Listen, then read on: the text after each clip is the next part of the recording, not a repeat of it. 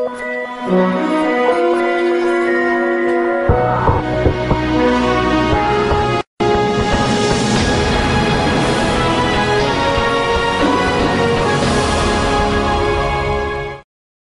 Back ناظرین، جیسا کہ آپ دیکھ رہے ہیں ہم بھٹہ خشت کے مزدوروں پہ مبنی معاشرہ پلیٹ فارم پہ پروگرام کر رہے ہیں، اور ہم چاہتے ہیں ان کی آواز جو ہے وہ حکام بالا تک جائے، اور جو ان کے مسائل ہیں، جو ان کی جو مصیبتیں ہیں، ان کا کم از کم کچھ نہ کچھ تو ازالہ ہو۔ آئیے آگے چلتے ہیں، کچھ خواتین ہیں یہاں پہ جو اینٹیں بناتی ہیں، ان سے بات کرتے ہیں کہ ان کے کیا مسائل ہیں۔ جی آپ ذرا بات کریں، کھڑے ہو جائیں۔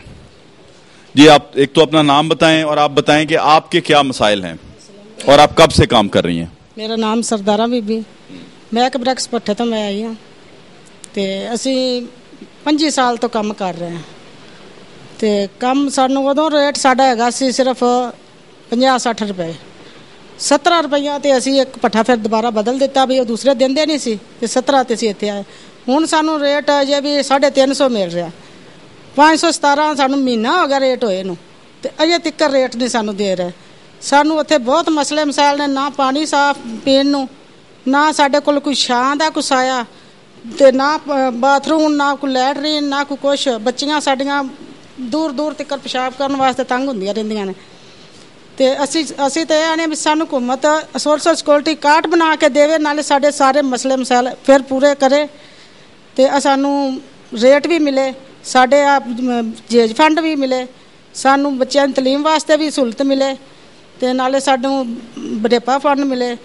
میرا میاں 3 سال تو ٹی وی دا مریض ہے، اسی وہ اتنا بیمار ہو گیا سی کہ پٹھے والا نے اسی آخیا کہ ساڈا میرا میاں بیمار ہے، انہوں نے سانو اتنے لیا کے گلاب دے ہسپتال داخل کر دیتا، تو جہاں انہوں نے 1500 روپیہ لگا وہ بھی انہوں نے ساڈے کھاتے پایا تے اسی جے کوئی قرضہ انہوں کولوں جو کرایہ لے کے وہ کول جانتی رہی ہاں، وہ بھی قرضہ لکھتے رہے نے تے کٹان دے بھی رہنے ہاں، ادھے تیسرا حصہ کٹ کے دیندے نے تے پھر بھی جدو مہینے بعد سنا دے حساب وہ ساڈا قرضہ اتنے ہی ہویا ہوندا ہے، گھٹدا نہیں تے اسی۔ اچھا، یعنی قرضہ ادائیگی قسط ادائیگی کرنے کے بعد بڑھتا چلا جا رہا ہے، تیسرا حصہ کٹ دے نے پھر بھی بڑھتا ہی جاتا۔ اصل چیز سمجھنے والی یہ ہے کہ جو بھی یہ قرضہ لیتے ہیں اس کی جو قسط ہوتی ہے وہ تیسرا حصہ جو ہے وہ ہر ہفتے ادا کرتے ہیں، اور وہ قرضہ کم ہونے کی بجائے بڑھتا چلا جاتا ہے۔